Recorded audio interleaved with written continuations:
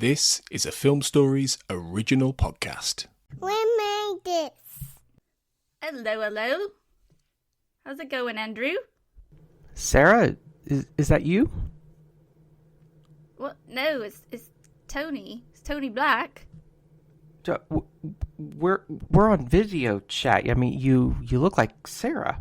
I mean, I see your face. You're Sarah, right? Well, I'll tell you what, Andrew. The strangest thing happened last night. I went to bed and then I saw a flash of light and I woke up in Georgia in Sarah's body and I don't know what's happening. It's very strange. What is it's going? All very strange. I don't know. There was just light. What is going on with you? I don't know.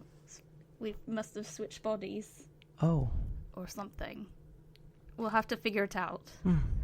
But we have an episode to record, so are you ready? I am up for it. All right, excellent. Let's get to it.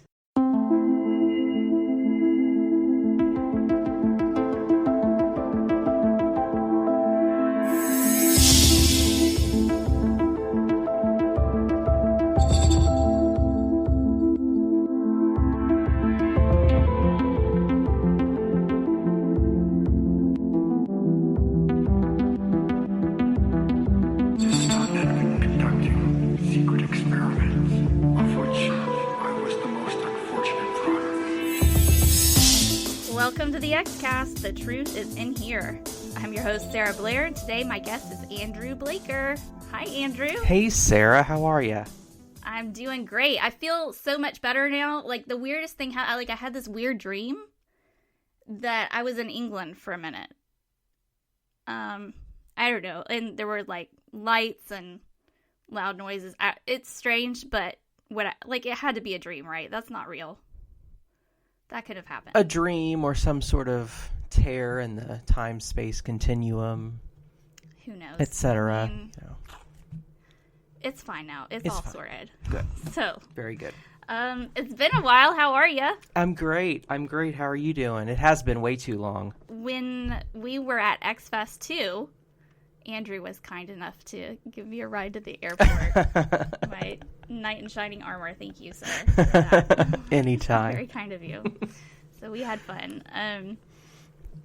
So we're here. Can you believe we're already in season 6? I know. It's flying by. I can't believe it. But here we are. And we're here to talk about Dreamland Part 1. Yeah. I very much like this episode. It's one of my probably top 10 favorites, I think. Yeah, it's definitely up there for me. I've just always thought it's a really fun episode, two-parter, I should say. Just a lot of great moments. So yeah, I'm very excited to get to dig into it. So this episode originally aired on November 29th, 1998. That's a long time ago. This is the 4th episode of season 6, and it was written by Vince Gilligan, John Scheiben, and Frank Spotnitz. And it was directed by Rob Bowman.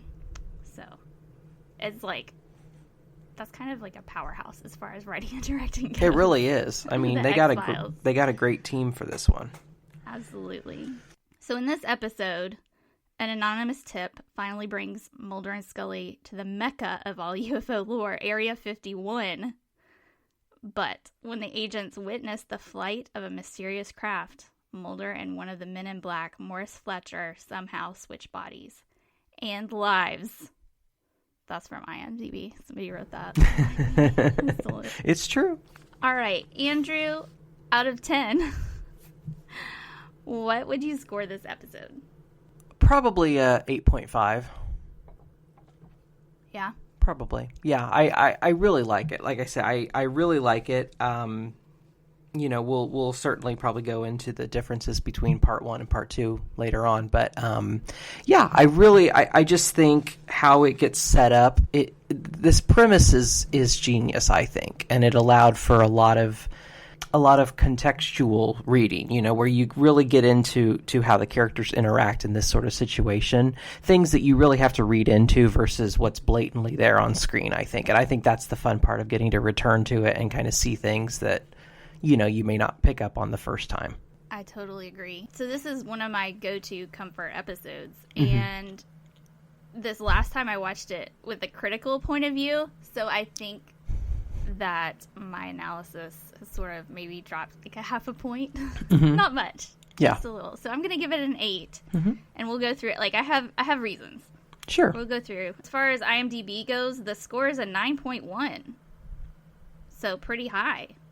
I think I can see that. I mean, there's a lot of fan stuff here. There's a lot of things that people would really like, and I think your point is well made with, there are those episodes that you watch that become your favorites, that I think most people would say a favorite's one that they want to watch again and again. You can admire something critically in a film or TV or anything, but that doesn't necessarily mean that you would watch it again and again, right? I mean, it has to be something that it's like, comfort food, it's something you go back to for a particular feeling. And I think this is that kind of episode where, you're going to watch it for the characters, you're going to watch it for the, the humor, the one-liners, whatever, versus other episodes that people may, hold in higher critical regard. But you're right. I mean, when you watch something just for entertainment, whereas when you really put a critical eye to it, sometimes it's different.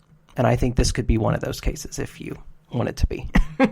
Yes. And that's the thing. I kind of have like you said, I have my favorite critical episodes, and then I have my favorite watchability episodes. Right. Me too. Whenever I tend to say, like, that's my favorite episode, I tend to lean towards the watchability scale. Which that's pretty much where my bar is. Like, how many times can I watch this episode and not get tired of it? So that's how I rank my episodes when I talk about my favorites. But I wouldn't say that my favorites are necessarily critically the best episodes. Right. So, there can be that difference between the two. I mean, I certainly agree with it's watchable. It's what you like, and so, yeah, I could see why this would have a much higher IMDb rating than some of the other episodes, because there is a lot to unpack here, and I think one of the things about it is it's one that you can go back to, because both of these episodes are very complex. You have to watch very closely. There's a lot of plot. There's a lot of character stuff and humor to unpack. And I think that's something to be said for season 6 as a whole, because I know a lot of people claim that season 6 is X-Files light, and I put that in quotation marks. But for me personally, season 6 has the most number of episodes that I rewatch on a regular basis. And I do prefer the more humorous, lighter episodes over the mythology. I mean, I guess kind of as like a general ranking, I prefer the humorous episodes, followed by Monster of the Week, followed by Mythology. And there are other people who love the Mythology episodes, and I don't begrudge them that. That's totally fine. I mean, it's what they like and what they're into. So I appreciate and I love that the X-Files has something to offer everyone, and I think that's why it works overall. Season 6 is probably one of my favorite seasons because, and I know a lot of people do kind of think of it more as X-Files light. I think there's a lot of experimental stuff that they do here. And I'm not saying that the move to LA was, a terrific decision. I wouldn't say that, but I think it did open up some doors for them to explore some new things. And, there, like you said, there are a lot of episodes, especially in the first half of the season run that I would rank as favorites, that I would return time and time again to. So I agree with you on that. Yeah. And also, I think it's cool that they were able to freshen things up a little bit because, I mean, after 6 seasons and a movie, it's hard to, keep things interesting. And then you've got the huge move to LA, which completely changed everything. And so, yeah, I admire that they were able to keep mostly the overtone of everything, but still bring in new and fresh ideas and talent. So, well, you get, cool. Yeah, and you get 2 pretty much unanimously favorite episodes in this season. I think most people would hold Triangle and Bad Blood as very high in the echelon of episodes. I think most people. So you get both of those in season 6. And then, season 7 also continues a little bit in that experimental vein. So I think if that's what you're looking for, again, that, they play with the narrative and the tone a little bit. Sometimes it's good, sometimes maybe less successful, but it's experimental, and you get to see different things that they weren't really doing as much in the first 5 years. And, also just being in LA, I think they started to bring in the bigger stars and the people who had done more work outside of the X-Files, because then you got, like, Lily Tomlin and Ed Asner and all of this. Yeah. So you get, like, the star power from LA that comes in, and, so I think that changed the tone a little bit too. If you're more inclined toward the experimental episodes, you're going to find much more of that the LA years. Whereas, a lot of the solid Monster of the Week episodes, I think of as more the first 5 years in Vancouver. All right. Well, Andrew, how about we dig into this episode and get started on our analysis? Yes, let's do it.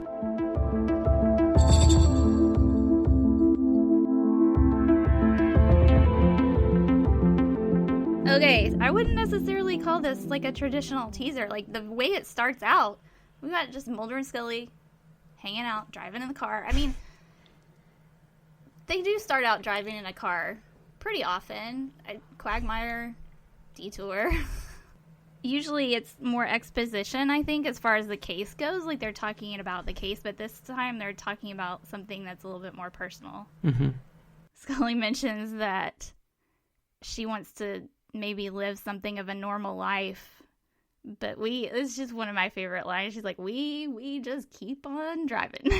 I love this teaser, and I think she's got some great dialogue here. It's funny, but it's also kind of poignant, I think, because what I always see in this episode is kind of, and probably talk about this more, but obviously comedy first for Dreamland and part 1 and part 2. But one thing that I think, when I was talking about, the opportunity to read into these episodes and tie them in with, character profile, character development, you kind of get a sense, particularly of Mulder here. Mulder in a domestic life situation, in a, his life, what if he did flip with somebody who kind of has a, middle class kind of existence and, with a wife and kids, and how would he be in that situation versus this, atypical life that he is as an FBI agent. So I think it's kind of an interesting exploration. I mean, obviously it's comedic, number one, but I don't know. I always read into that too. And I think that you get your first hint of that here with Scully basically saying,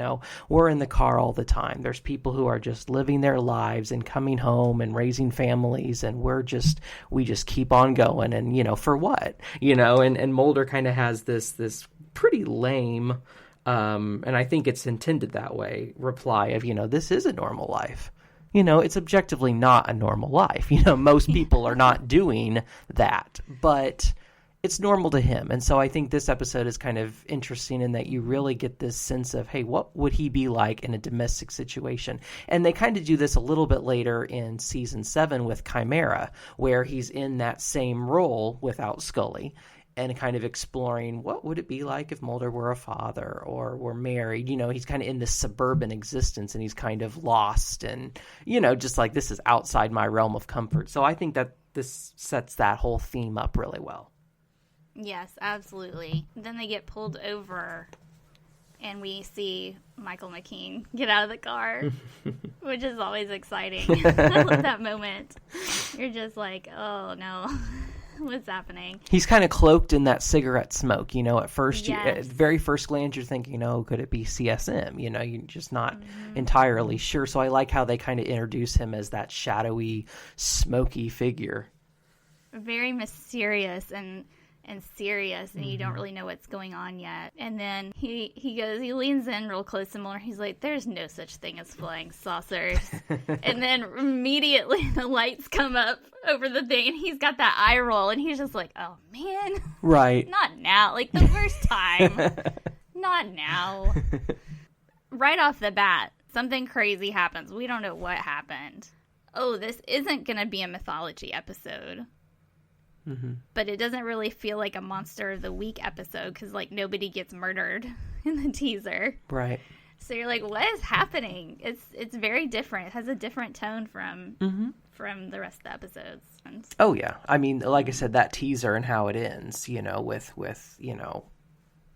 Morris in my notes to keep them straight and to have something to refer to. I had to write basically Mulder as Fletcher, Fletcher as Mulder, and it does become more so to me in part 2. It does become kind of confusing. You really have to, when you look at one, you have to realize, okay, that's actually this guy, and this guy's talking to this guy, and it becomes very convoluted. But yeah, and I did think it was very effective, and I like how.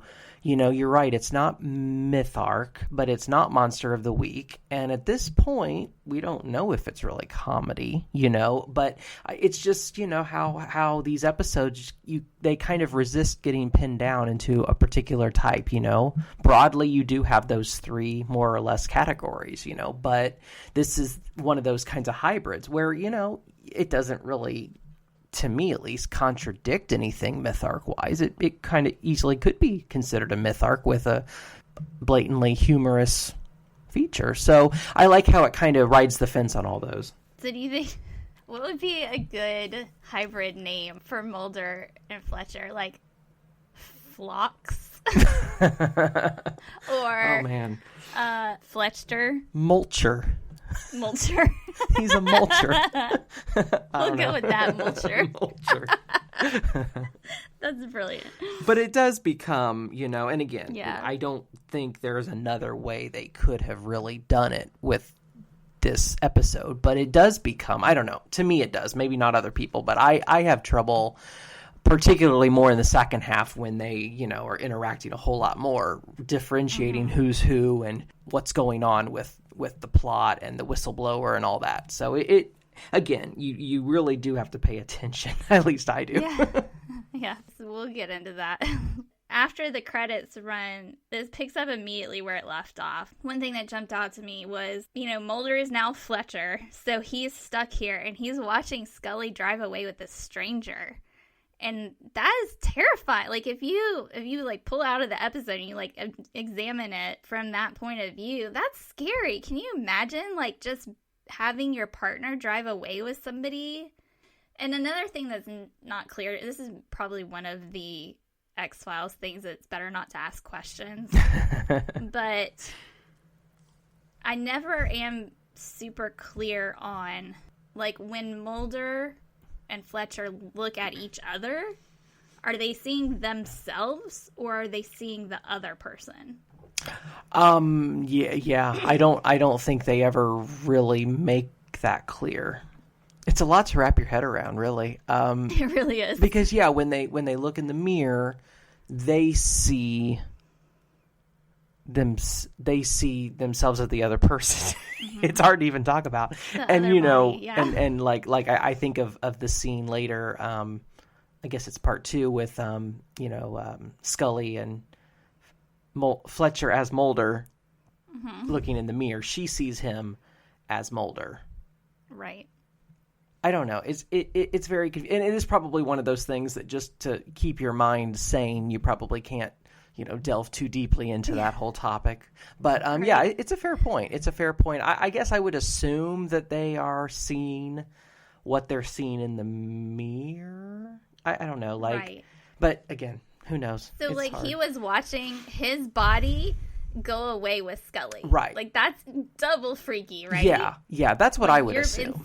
You're like, no, that's my body. Wait, what's happening? And that's my partner and my body. Where are you going? Yeah. It's not, but that's crazy to think about. It is. At the same time, he just falls right in with the other men in black. And he's like, yeah, okay. Yeah, no, I mean, I think anybody, would not be able to handle, this sort of thing happening. I will say, though, I like how, again, for the confines of, this episode and, getting on with everything, I like how Duchovny played this. I thought it was very clever because it's a slow, again, relatively speaking, we can't have 30 minutes of him struggling to accept this, but for what they could do, I thought it was pretty well handled. It's an awkward transition, that he doesn't realize when they're saying Morris, they're talking to him, and he's, kind of going into the building like he knows he shouldn't be there. It's a very awkward transition, but I thought that Duchovny played that really well.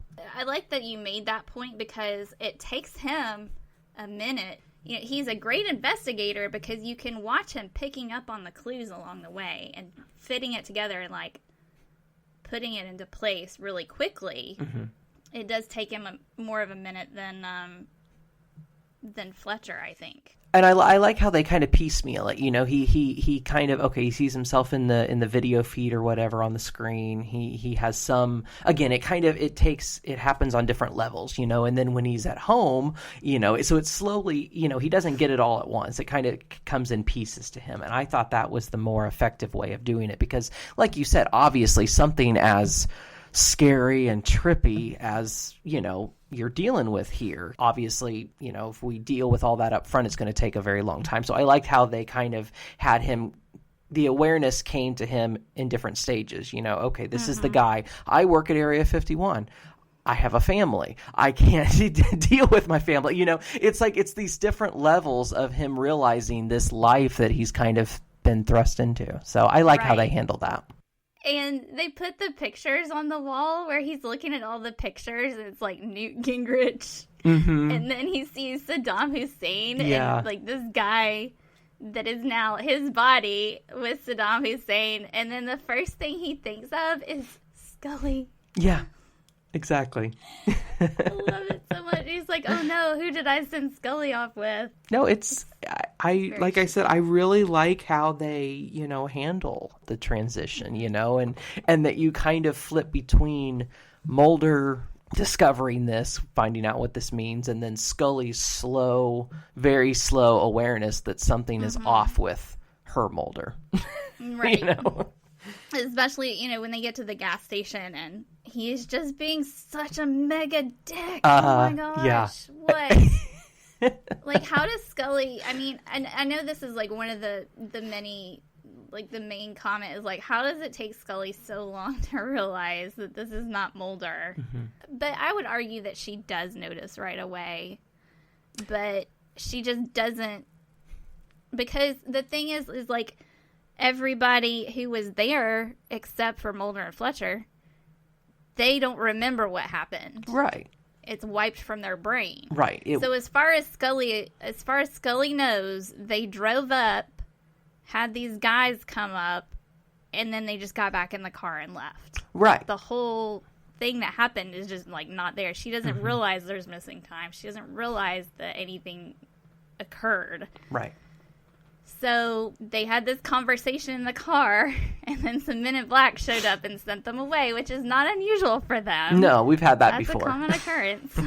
And then all of a sudden, Mulder turns into a dick. So I don't know. Maybe she just like chalks it up to male PMS or the fact that this thing that he was excited about didn't work out. Now he's in a bad mood, I don't think it's completely out of the ordinary. No. In the point you bring up, we definitely get more into that as we near the resolution at the end of, part 2. But yeah, this idea is that this is kind of happening out of time, that even the lost time phenomenon of, 9 seconds or whatever, that's not really what happened here, right? It's like a split second thing that, happened and then can, potentially maybe unhappen in the future. So, she's sitting there and it's Mulder, so she would really have no reason to think anything otherwise. It's like you said, he's just in an exceptionally bad mood or something that she would chalk that up to. So I like how, again, Mulder,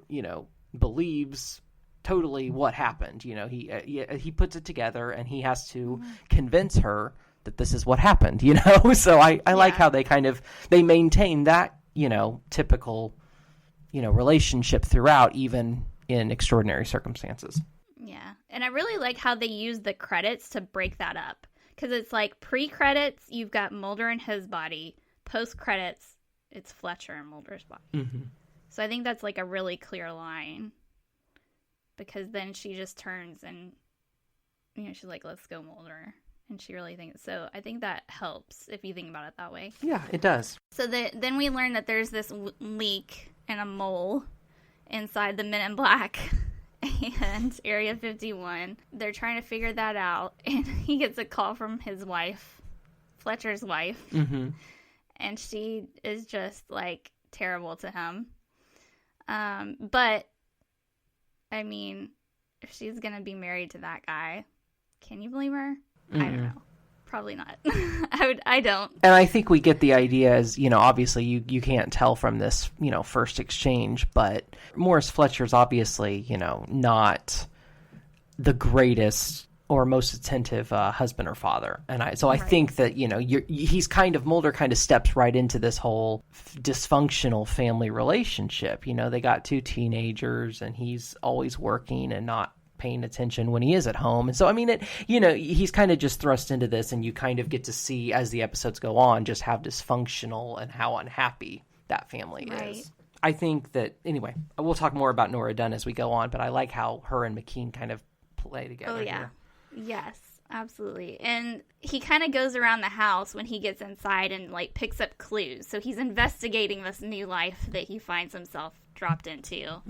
I like that he's, like, flipping through the TV and it lands on, did you notice the porn network? Uh-huh. Yeah. S-I-Z Sizzle. Oh, yeah. Yeah. That always makes me laugh.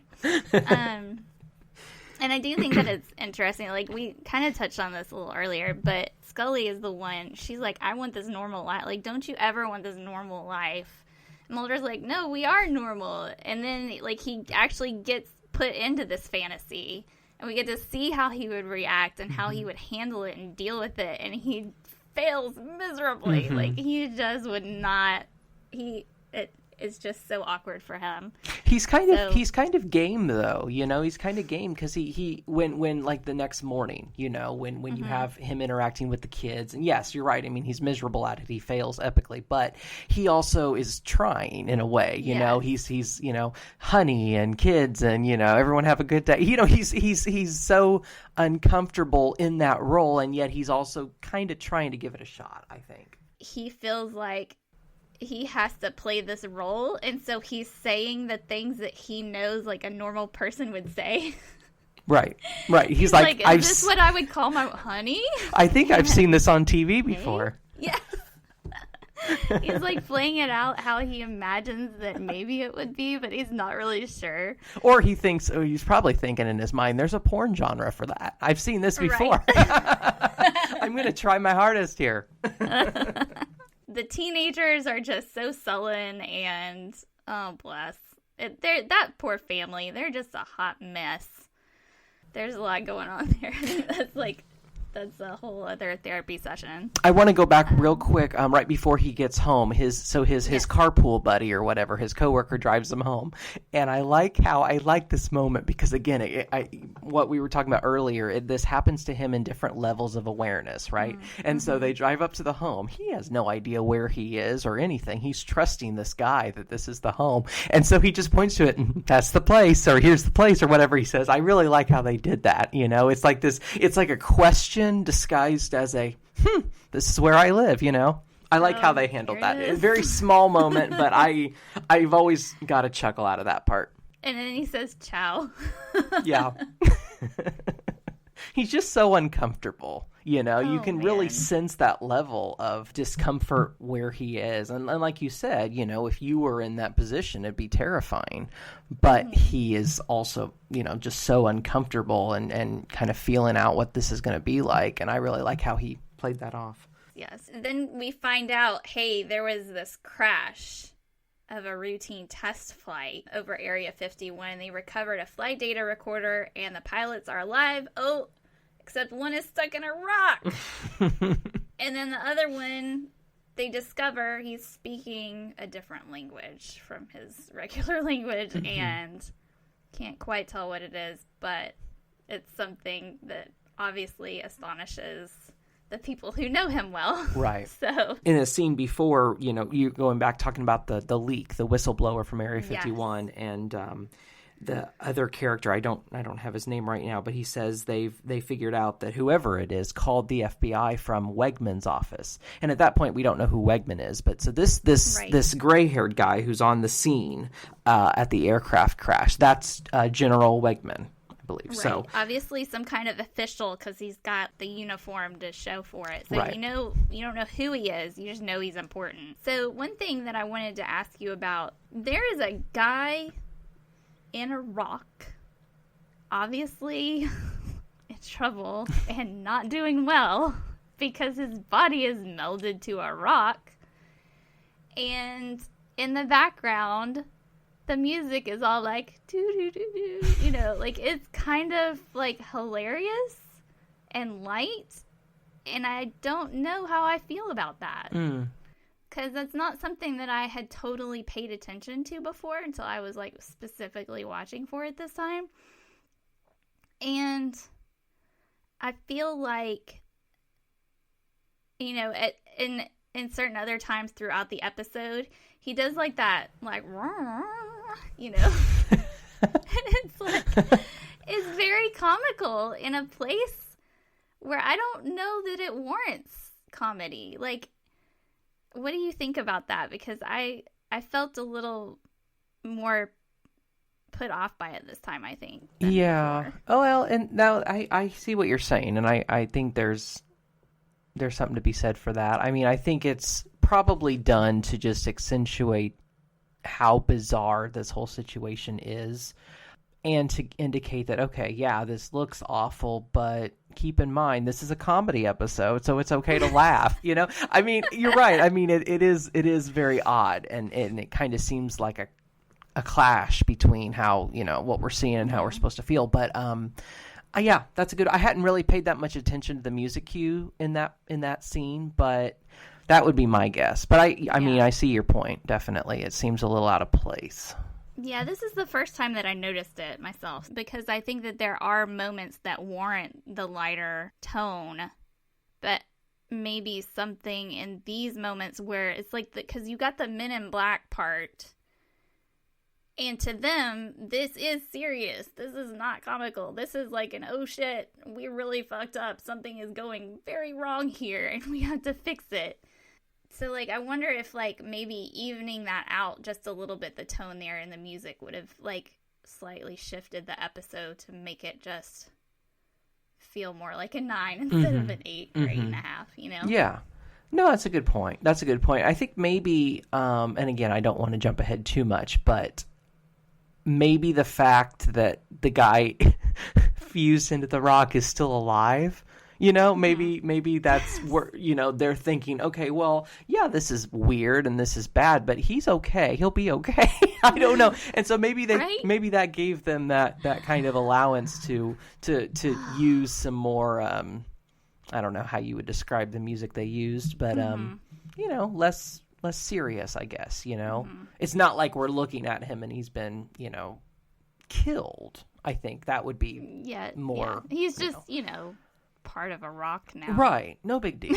No big deal. They'll get it sorted out. So, back at the FBI, Scully is waiting on Mulder yet again. Like, this is not atypical for Mulder to be late for a meeting. No. I would just like to pause for a second for a Scully hair shout out in this moment because I feel like is it on point? On point. On point. 100.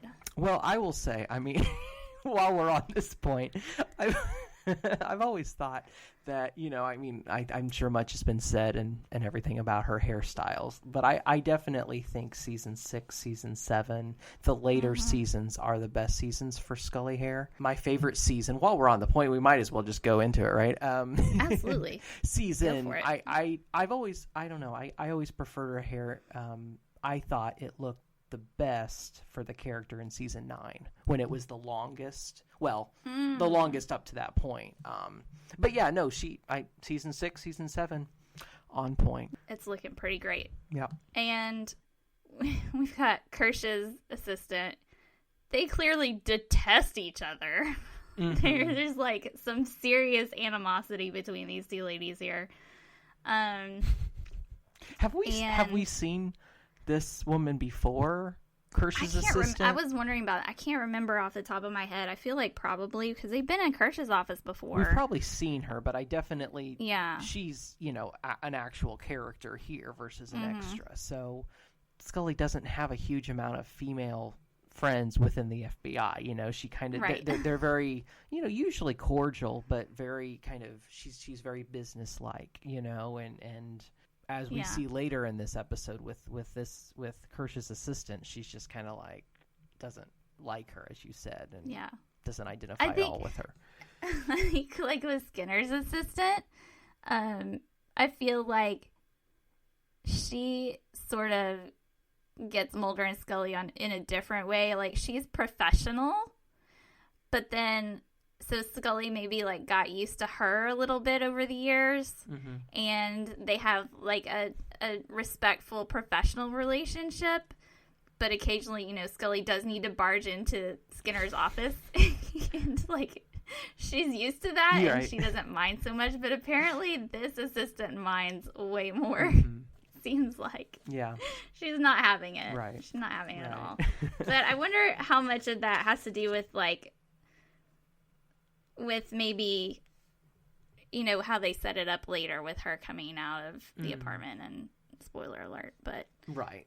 No, I think we're kind of getting set into the point in the same scene when Fletcher as Mulder is, you know, flirting with her, and again, not something Mulder would typically do, at least in front of Scully in that moment. So, I do think we're kind of getting it set up for the two to kind of be this nemesis kind of relationship going on. Yeah. And so then they get into their meeting with Kirsch, and he completely chews them out about what they've most recently done to fall out of line. Yeah. And then, surprise, Maury as Mulder, Fletcher as Mulder, is like, oh, I'm so sorry, sir. He, like, totally brown-noses him. He just, like, kisses his ass, like, so hard. And Scully is just like, what is happening right now? Like, her she's reactions, starting to suspect. Yeah. Her looks to him, she's just dumbfounded. And I like how she just plays out. She just looks over like, what in the hell are you saying? I like how they play that scene. He's just, like, giving them all away. And they, like, worked so hard to have this clandestine meeting, and he's just like spilling the beans all over the place, and she drags him out in the hall, and she's like, you are acting bizarre. I love that line. I this whole thing, I think right before that, or right around the same time, she's like, what is going on with you? You know, just how dramatic. I mean, it's you know, it's warranted given how weird he is acting, but I like how heightened her reaction is to him, you know? Right. And you are acting bizarre. She's great there. And he, like, very clearly has no interest in listening to her at all. He's just like, hang on a second. He goes and asks the assistant out, hey, come on over later, you know? And she's just like, what is going on? Yeah. And then he smacks her ass. Oh my gosh, and calls her jealous. How dare. Yeah, it's rude. And that's another part where I noticed the music, because, like, he smacks her ass, and then the music is, like, very playful about it. And she's like, what? And I'm like, okay, first of all, massively inappropriate. And that's another part where it's like, the music cue is like, you're supposed to think this is funny, but this very not funny thing is not funny at all. So let me ask you this then, full disclosure, because I do find I've always found that scene, mostly the juxtaposition between Scully and then, you know, Fletcher as Mulder, you know, and how he just brushes it off, and he's obviously, you know, and then he when he does hit her on the butt, you know. I laugh. Because it's, again, something so out of character. Right. And, again, the music kind of contributes to that. And I think, obviously, this scene wouldn't play well today. I think, you know, again, this was 1998, right? Yeah. 20-plus years ago. Is it terrible that I think that's somewhat humorous in that moment? No, because I always have laughed before now. And, like, watching it, like, I even laugh still. Because, like, it is supposed to be so wildly out of character, you know? But I think, you know, this time, since I was specifically noticing the music, I was like, well, maybe the music is why I think it's funny. And then I was like, but is it really that funny? And I'm like, no, it's not funny, actually. It's, like, super rude. Like, how dare he? And, like, Scully's just like, what is going on? But, you know, also she thinks it's Mulder. And, like, how much, honestly, like, she's familiar enough with Mulder to maybe not take offense at that because she, like, knows him so well. And so I think, like, some leeway can be taken with that, too. Yeah, but, I didn't read her reaction so much as offended as just, like, completely confused because he would obviously not do that. Right. Mulder would never. That. Yeah, right, exactly. Right. She's just like, what is that? Like, that's, you know. Yeah. So, yeah. But then, you know, we do get a very Mulder behavior in the next scene when he's, like, falling asleep watching the porn. So that's definitely Mulder. It's very Mulder. And then the wife comes down and finds him, Joanne, and just the whole family thing falls apart completely. Like, it's his worst nightmare happening. This is just terrible. Yeah. I really like, so Nora Dunn plays Joanne. Right. And she was from SNL as well, Saturday Night Live, as was Michael McKean. And so she's done largely more comedic roles, and this is a comedic role. I like how she plays. I mean, I guess we could kind of call her kind of more of a nag kind of character. Again, I don't think it's completely unwarranted when we kind of we get an insight into how Fletcher is really very absent and, you know, kind of fumbling around. But, you know, like in the kitchen, you know, she had asked him to get milk before he came home. There's no milk. So she slams the fridge, no milk, you know, and you know, the kids are there, and he gets into the whole debacle with his teenage daughter wanting to get a nose piercing. And Mulder, as Fletcher, automatically assumes that she's, you know, they're talking about a nose job. So, again, you know, completely out of it. And I just like how Nora Dunn played in that role. You know, she's just snapping at him left and right. And again, you know, and then the scene ends on a more kind of serious, more sentimental note. She, you know, he's just completely distant, not himself. You know, she assumes that he wants a divorce and it's over. And, you know, she's just deeply unhappy. You know, you get that impression throughout. And I think she does a real good job with being kind of the nagging, you know, loud character. But she's also deeply unhappy with, you know, her life, really. So I like how they kind of, you know, it could have just been a one beat kind of character, you know, she could have played that all the way through. And as you'll see throughout this and part 2, she doesn't, you know, you get to feel more sorry for her and identify with her, I think, a little bit more when you see, you know, the full extent of the situation. Yeah. And her backstory, like adding all of that in, I think is really valuable because I think it's really what kind of makes this episode more endearing instead of just this weird sort of comedic, not mythology episode, you know, like it could have gone the other way, but I think her character is really one of the things that makes it something that's special. But how do you feel like, you know, we've got Morris now in Mulder's body and he's like free. He's technically not married in this persona anymore. So he totally takes advantage of that. So, like, we really get a sense of his character that he's just, like, the first chance he gets, he goes to sleep with somebody else.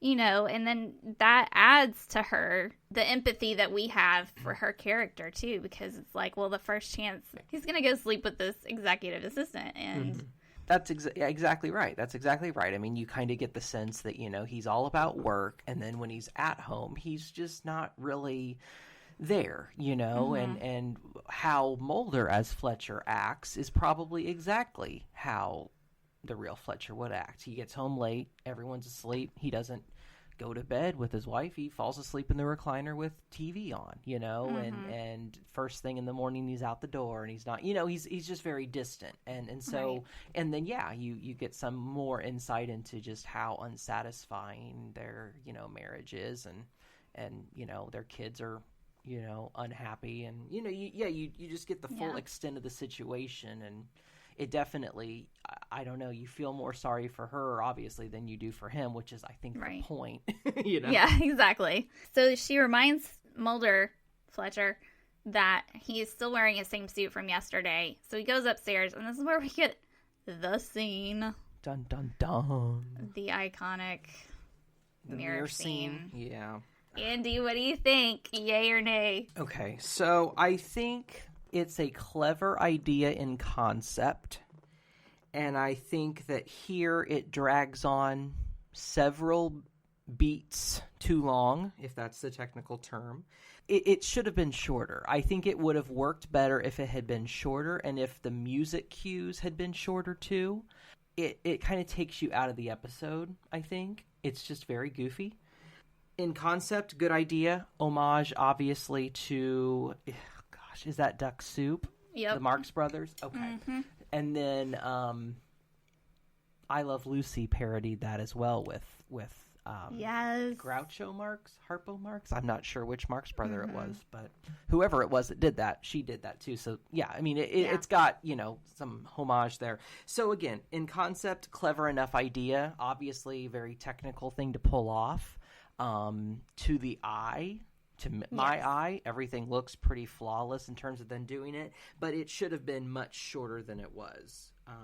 Do a few moves, call it good enough, and be done with it. And the music, too, there, obviously, it's supposed to indicate the kind of tone, which is, playful, lighthearted, whatever, but it goes on too long. It takes you out of that episode. And then thank God for Joanne coming in. And I think I think what's funny is her reaction, her face. She's just like, what in the heck are you doing?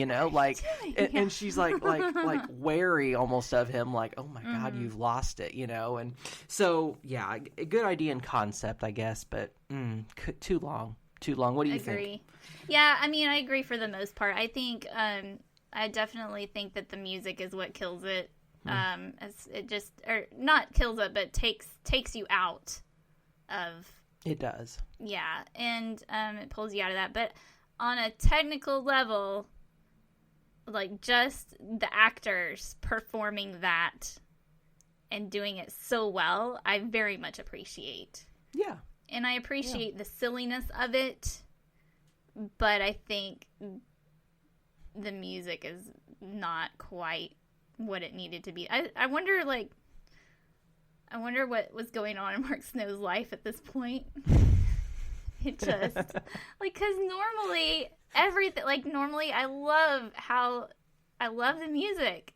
Always. This is the first time that I've been just really kind of missed it on this one. Mm-hmm. But, out of 219 episodes, they can't all be perfect. Right. So. He's probably a very busy man at this point, too, right? Because we've already got, Has Millennium started at Millennium? Has Millennium started at this point? Can't remember. I want to say maybe yes. Yeah, I think Kurt would know. Sorry, Kurt. I know. But yeah, I mean, I'm sure he's he's got projects and everything, and you're right. I mean, he can't, and true, his music, he's just doing their bidding, right? I mean, they're telling him what they're looking for, so he comes up with it. So if they tell him do comedy, he's going to do comedy, and it's ultimately the producers, the writers, whoever. If it doesn't work, it's not really Mark's fault. It's more, they called for the wrong kind of tone or whatever. But yeah, I mean, the technical level of this would be very difficult to do. So that alone deserves, some accolades, I think. Right. Snaps for that. So we find out where Captain McDonough has gone. He switched places with Lana Chi, played by Julia Vera, who's just fantastic. I love everything about this scene. Mm-hmm. So we figure out there's a lot going on here because they talk about, we learn more about sort of what happened with the crash. So that's important information. Yeah. But not really anything, like, it crashed. Like, that's what we know. Like, we know this crashed and something happened. And they've switched places. So that explains how we get Mulder and Fletcher switched, too. Then we get back to the FBI. Scully, fake Mulder, Fletcher. Mulcher. Mulcher. We got Mulcher playing golf at work. And the real Mulder calls, finally. He gets through to Scully. And did you notice how when Scully answered the phone, he's like, it's Mulder. She's like, Mulder? And Fletcher, he, like, raises his hand. He's like, hold on a second. You know, like, he's already answering to Mulder. Like, he's already completely embraced this new identity that he has. Well, yeah. Like, yeah, exactly. Like you said, I mean, he's, you know, I really like how... I love this scene in particular because, again, it's those small little character moments that if you look away, you'll miss it. But yeah, he's embraced it because he's he's going to make Mulder into a playboy because that's what Fletcher wants ultimately, I think, to be. But he's just sitting there playing golf on the computer. Mulder is calling. The real Mulder is talking to Scully, and Scully tells Fletcher as Mulder to pick up the phone. Did you see?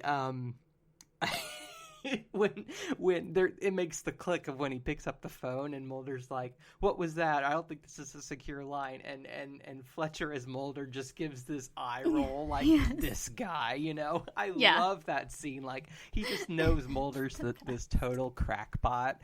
And again, a very small little moment, but that facial ticker, his facial, it just made it so great. Yeah, it goes, like, it's a throwback to the UFO thing where he's just like, oh my god, this guy's just a UFO nerd, like, oh, these FBI jackasses, oh. Exactly. Why do I have to put up with this? Yeah. I totally appreciate that. So, I mean, he's such a dick, but he does it so well. You gotta love it. I mean, it's obviously, you know, it's comedy. It's supposed to be funny. And, you know, he's also so condescending towards Scully, which, again, Mulder is not. And so, you know, she's like, you know, was this your source? You know, we should, go back to Nevada. And he refers to Kirsch as El Jefe, that they and says they should notify El Jefe. About that too. He says, Scully, you know, well, little lady, something like, I don't think you've got your panties on straight. You know, very, very condescending language that would not be from Mulder at all. But here, I don't know. It's funny. It's funny because of how just straight faced he delivers it, and how Scully's kind of like, she doesn't, you know, call him to task on it. She's more just like taken aback, like, what in the world, you know? Yeah. His whole behavior. Yeah. And I read that in an interview, Vince Gilligan had mentioned that when he wrote this part, he had Gary Shandling in mind because, you know, he knew that Gary Shandling and David Duchovny were great friends, and he thought, how hilarious would it be if they had to switch bodies and play each other? Right. So do you think that would have made it much different, or... Gary Shandling as Fletcher? I don't know. It would have been very interesting to see. I can see it. Like, I can picture it pretty well, but I love... Michael McKean just does such a great job. I can't... Yeah. You know? I agree. He's so good at it. I think that would have been fantastic because, you know, we get him eventually later in Hollywood X. What... Is that Hollywood AD? Yeah. Oh my God, Hollywood AD. And so he does get to play Mulder eventually. So, I clearly haven't seen that episode too many times. It's been a while. But yes, we see him in Hollywood AD, and he does a good job there. So yeah, it would have been interesting. It's ex-cops and Hollywood AD smashed together. See, that would have been hilarious. That would have been something. It's a great smash up. Yeah. Also, just a quick little tidbit because we have so much time. I also read that Michael McKean had mentioned he loved The X-Files before he ever got offered the role, and he used to watch it while he was doing SNL because they would have the calls for Friday night for rehearsals, and if it wasn't his turn to be on, you know, rehearsing yet, they'd have to still be there, and so he would watch The X-Files on Friday nights. That's cool. Hanging out while he was doing SNL, which I think is so cool. I just love that. It's like two of my favorite shows. Yeah. And I love that, you know, their fans. It's always fun to hear about stars being fans other shows or other, and he actually had been offered a role that he had to turn down for some reason. I don't think it said why, but then he got to be Morris Fletcher, which I think was divine providence, because it's just great. Yeah, really is. It worked out the way it was supposed to. So, so Mulder is at this gas station then, and he... I love how Mulder is, like, notoriously a bad tipper. Mm-hmm. And he tells the gas station attendant, he's like, keep the change. And the guy's like, maybe I'll close up early. Yeah. It's like, what, 11 cents? Mm-hmm. which is more than he gives them in Bad Blood. I think in Bad Blood it's like 3 cents. Oh, yeah. 3 cents. Exactly. Ronnie Strickland gets Ronnie. 3 cents. Yeah. So that always makes me laugh. Mulder's terrible. So we definitely know that's Mulder, the bad tip. And I love the cross cut with the change on the counter that starts to rattle. I think that's a nice match cut. And then Mulder's driving down the road, and the men in black are going the opposite direction. They tell him to turn around. So something's going on. I liked that the men in black were driving white Jeeps. Yeah. I don't know if that's like because of they're like in a desert thing or like what that was about. But normally when you think men in black, you think sleek black, dark cars, mysterious tinted windows. And they're just like in these, 90s Jeeps. Right. That are bright white. You could definitely see them from anywhere in that desert area. Right. Not conspicuous at all. Like they're not even like tan or anyways, it's just that made me laugh. Yeah. So we find the gas station attendant melted into the floor, and it's happened again. Oh my goodness. Mulder's putting it together. And then the military guy just walks up and kills him, the attendant, which is just horrible. And Mulder is just completely, rightfully astonished, I think. But you get the feeling they've done this before. This is not new to them. It's interesting, too, that, they just, no hesitation, they shoot him. But at the crash site, the guy who was fused into the rock... They didn't. I don't quite know. Maybe I guess here because there's a gas spill, so they know that it's imminent danger for them. Maybe that's why, and they know that we can't do anything about this before we'd all be killed. If there was a explosion, which they obviously set. So but that they might still be the fired the difference gun. there. Who knows? Well, Yeah. Again, one of those things. X-Files. You just got to ride with it, right? Exactly. Yeah, and then they, explode the gas station, so they cover their tracks. Okay, so then Scully is at Mulder's apartment. Fletcher is there, and the assistant, clearly disheveled on her lunch break. And did you see that, going back to our talk about, how her and how Scully just do not get along. They pass each other in the hall, and she kind of wipes at her lips, and she says, "Agent Scully." And Scully's just rolls her eye. It's just I don't know. I don't quite know why the assistant has that degree of. Maybe there's some kind of backstory there. There must be. She does, There must be, because she's just I don't know. Maybe she's had a crush on Mulder for years and it's just hated Scully this whole time. Why should Scully deserve to be partners with him when he's so hot and clearly has it all together? Oh, man. That could have been an episode on their own, Fanfic. Exploring exploring their relationship. Or lack thereof. Oh, man. Clearly she's been after him for years, though. Finally scored. And then Scully yells at him. She's like, "This is an X-File! Your life's work! Your crusade!" I don't know why, but the crusade, it jumps out to me as, so out of place for her to be saying that. Mulder, other people say that about Mulder, but I don't know. Just to hear her say it out loud, I don't know. Maybe I'm overanalyzing too much, but no. But again, she has a very heightened reaction, which I think is intended to kind of make you laugh. I'm thinking about. She says she's thinking about having him examined for head injury or mental illness or whatever, and she just realizes he's so not how he normally is, and right. So yeah, I don't know. McKean's just really great here, with playing, that this whole, as you said, he's a lot of the time just a big dick, and he just, and also kind of a pig, and he plays that role so well here. Yeah. And then just to really drive it home, just to make sure we know for sure this is not Mulder. He looks in the mirror as not Mulder.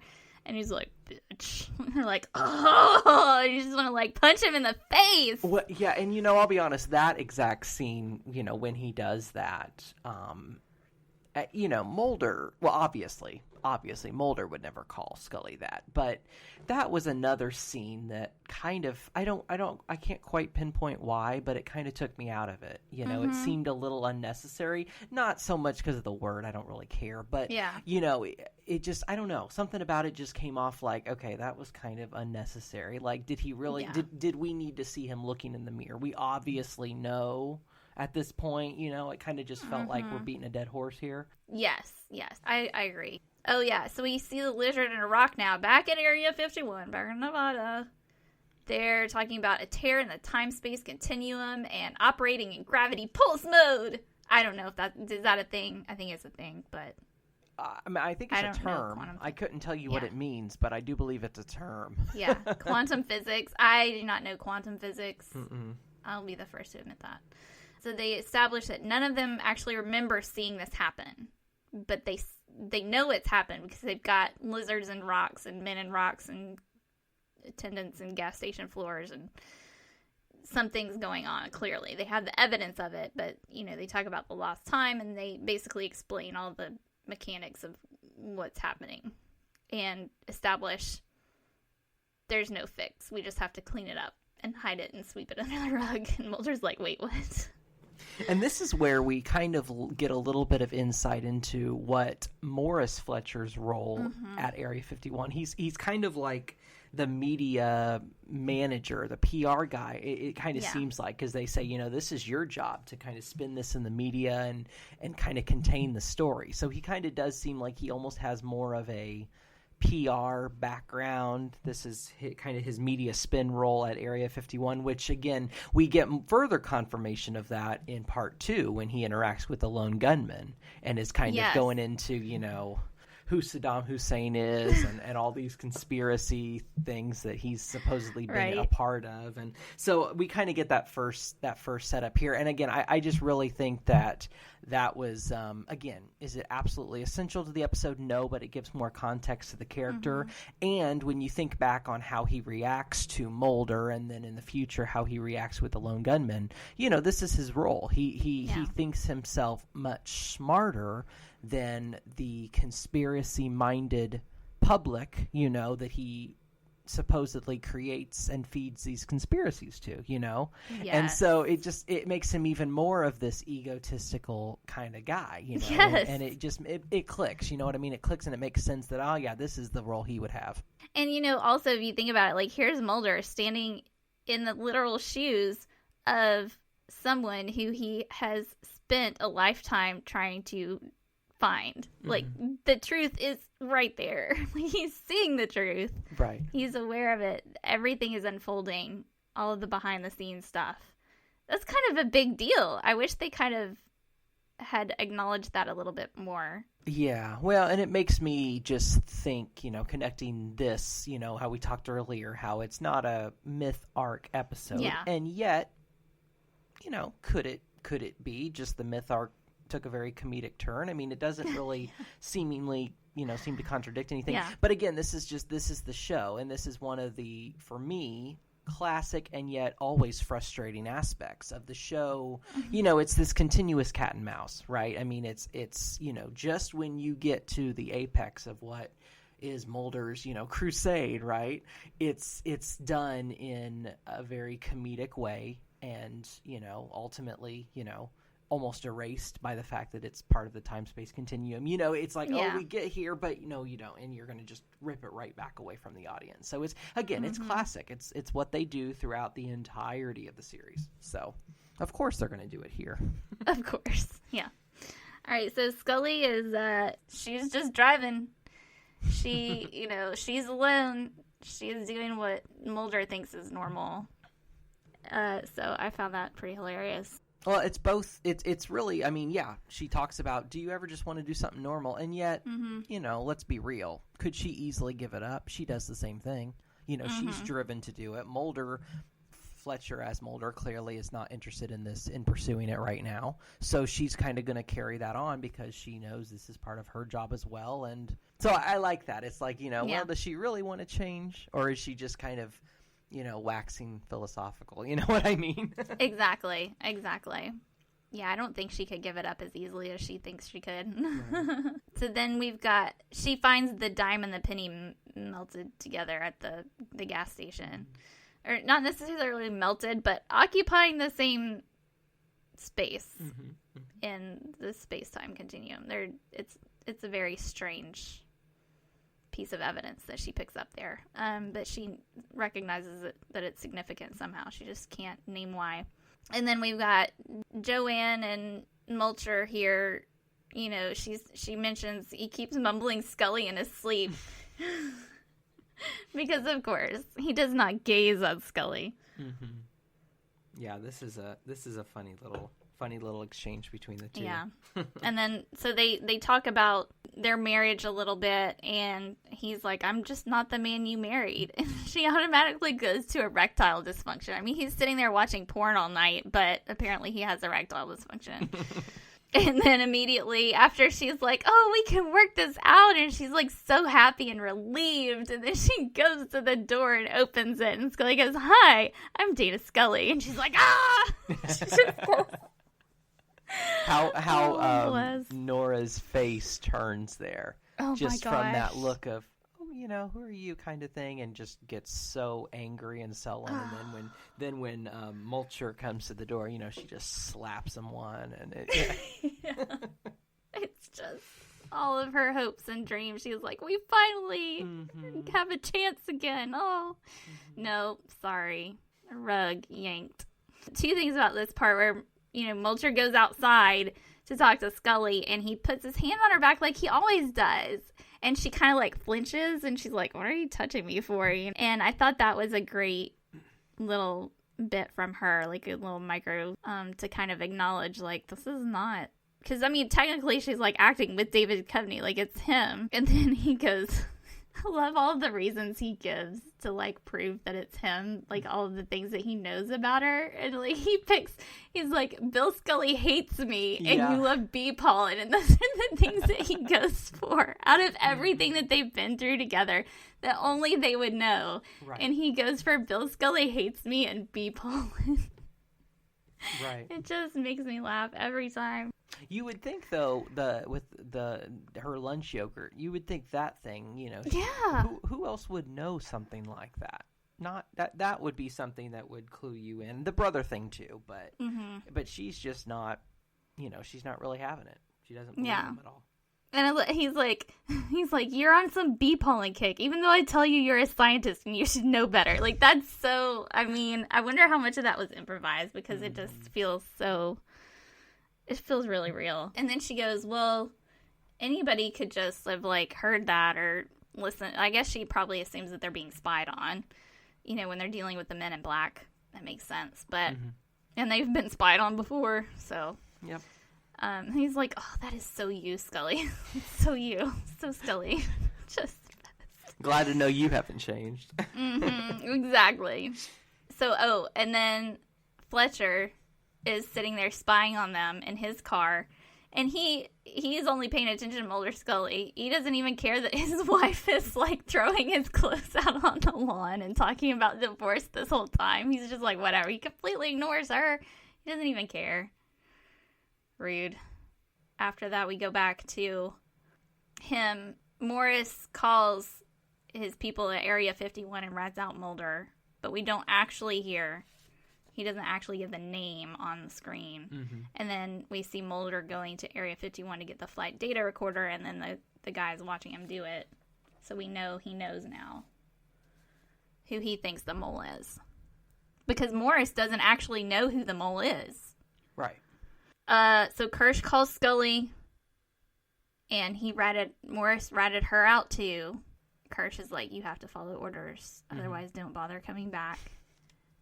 And so Mulder takes the flight recorder to Scully at another gas station. Apparently, the only thing that exists in this part of Nevada is gas stations. Right. There's nothing else. Gas stations in Area 51. That's it. Yep. And so, like, it's a setup. I don't know. Like, the look on her face, like, you can tell she feels bad about it. Somehow, like, or she feels like something's not right. This is one thing that I was, I guess, a little confused on. Did Scully set him up here? Or did Fletcher as Mulder set? I don't know. I don't know who set up who. I understood that Kirsch ordered her to go there as a setup. Okay. I was thinking. Does that make sense? Yeah, I was thinking that it was because, she does kind of look like, oh, I'm sorry to she's just following orders. She was told to show up there. Right. She knows it's a setup, but she believes that she's setting up this mole in order to protect her and Mulder. I think that she feels bad about giving away their informant because, she wanted to protect him. Mm-hmm. Right. But when it comes down to it, she felt like she maybe had no choice but to go along with what's happening. Yeah. And I like this last little bit. So he's surrounded by the soldiers, arrested, hauled off, and he's hollering and everything. He's not me, and he's, would I do this? He's not me. And that's when I like the last shot being of Scully's face, like she's like, like leans in and she's like, you really see that it's starting to click. What he said is kind of what triggered in her mind, I think. So I like how they ended it right there at that moment with her starting to get this sense of believing. I like that. And that's it. That's the episode. It ends on this cliffhanger, and you're like, oh no. Yep.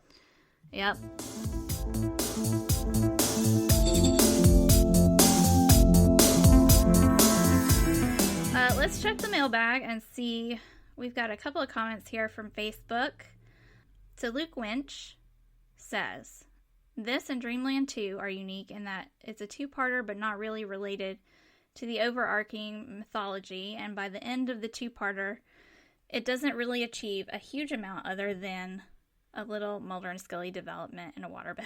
Saying that, I think it's enormous good fun, and Michael McKean is brilliant, and everyone is obviously having a whale of a time. AJ Black. I know that guy. I think he's familiar. I feel that part 1 is stronger than part 2, given the plot mechanics have to heave their way back to the inevitable conclusion. But it's a really cheeky, fun way of exploring the mythology. It's the only mythology comedy, really, and knows it. Michael McKean is wonderful. Everyone is having a great time. Kudos to Nora Dunn as well for filling what could be an unsympathetic, shrewish role with real pathos. So, yeah, we kind of touched on that a little bit. Chris Knowles. I like everything except, all capitals, except that blankety blank duck soup routine that almost undid the previous 5 years in one fell swoop. Oh, man. I know. Heather Ben says, fun episodes, but didn't need to be a two-parter. This is the stronger of the two. It would have been fun to see Duchovny and McKean play each other's characters at least a few times, like the Native American woman in the pilot. That lady was great, by the way, she says. And then Paige Schechter also kind of agrees with that. She says, I'll join on the it didn't need to be a two-parter convoy. I enjoy it, and David is particularly brilliant. It's an up-tempo performance with Michael McKean providing a perfect foil. Nora Dunn does a nice job, and frankly, I just watched both parts just for Julia Vera, because Lena Chi is awesome. This must have looked so great on paper, and the first part does deliver. So, there were some other really good comments in the X-Files basement. Like, if you want to go through and look at those, because they're really good, but they're a little more extensive and thorough, and we're running short on time. Sorry, everybody. Maybe we can touch on some of those for our part 2 discussion. Yes. Yeah, definitely. Yeah. So I think that about wraps it up for now, but we'll be back with the next Dreamland Part 2. And Andrew, you'll be back with me. I sure will. As you guess. I'm looking forward to it. Too. Where, in the meantime, until then, where can we find you online? The XCast basement, the group that on Facebook is the best place. Always posting a lot and a great community to be in. Yeah, awesome. And as always, I'm Sarah L. Blair on Twitter. I poke around occasionally in the basement, not too often. Sometimes I pay a visit to the XCast Twitter, the X_cast, and post from there. I think by the time this airs, I might have a new book out. So awesome. I know. Amazing. I just finished revisions. Awesome. So it's happening. That one is called Darkness Loves Company. So knock wood. It'll be out. I'm aiming for it soon. And also, my other novel is Darkness Shifting. And I think X-Files fans will really enjoy that book. So, yeah. So that's what I've got going on. And we will be back next time with Dreamland Part 2. Looking forward to it. Until then, trust no one. Elsewhere on We Made This. Cerebral Jukebox. Yeah, because we were talking about this. We've talked about the different covers there are. Now, you yourself, I thought I'd found a nice little sort of hidden gem here, because you yourself were in a band called Bleeder, or still are in a band called Bleeder. Yeah. And when I was looking on Spotify just for different covers of the song, I noticed there is a cover of this by a band called Bleeder. And I was like, oh, brilliant. This is what Niall's not told me, is that he's actually done a cover of it that got released. Shipwrecked and Comatose, a Red Dwarf podcast. Maybe I'm not coming at it from an educated point of view, because, you know, not only am I a man, I'm gay. You know, I don't deal with pregnancy. Are you? And have you ever told us that before? I was trying to make a serious point. Hey, we love you know that. Yeah. But yeah, you have got a good point, Colin. This is a bit of a sausage fest episode. Maybe we should have got a lady involved.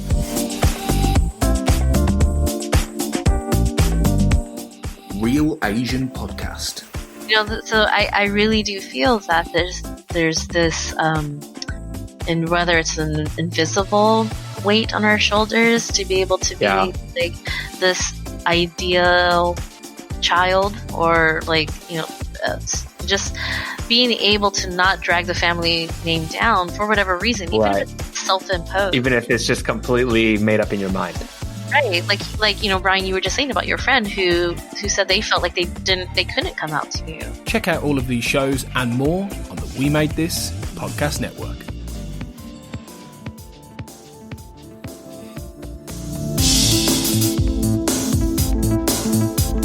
The XCast and X-Files podcast was created by Tony Black and is produced and hosted by Carl Sweeney, Sarah Blair and Kurt North. You can find the podcast on Twitter at the X_cast, on Facebook by typing in the XCast, and in our group, X-Files Basement, the XCast podcast fan group, and on Instagram at the XCast pod. Don't forget, you can support the show by becoming a member on Patreon. Our patrons get early access to episodes, behind-the-scenes chats with our hosts and a thriving community of X-Files, and other premium interviews and specials. To find out more and subscribe, you can go to patreon.com/thexcast. That's patreon.com/thexcast. We are also part of the We Made This podcast network, full of popular culture shows, including our Millennium series, The Time Is Now. You can find all of our shows at our website, wemadethispod.com, or via Twitter at wemadethispod. Thanks for listening and keep watching the skies.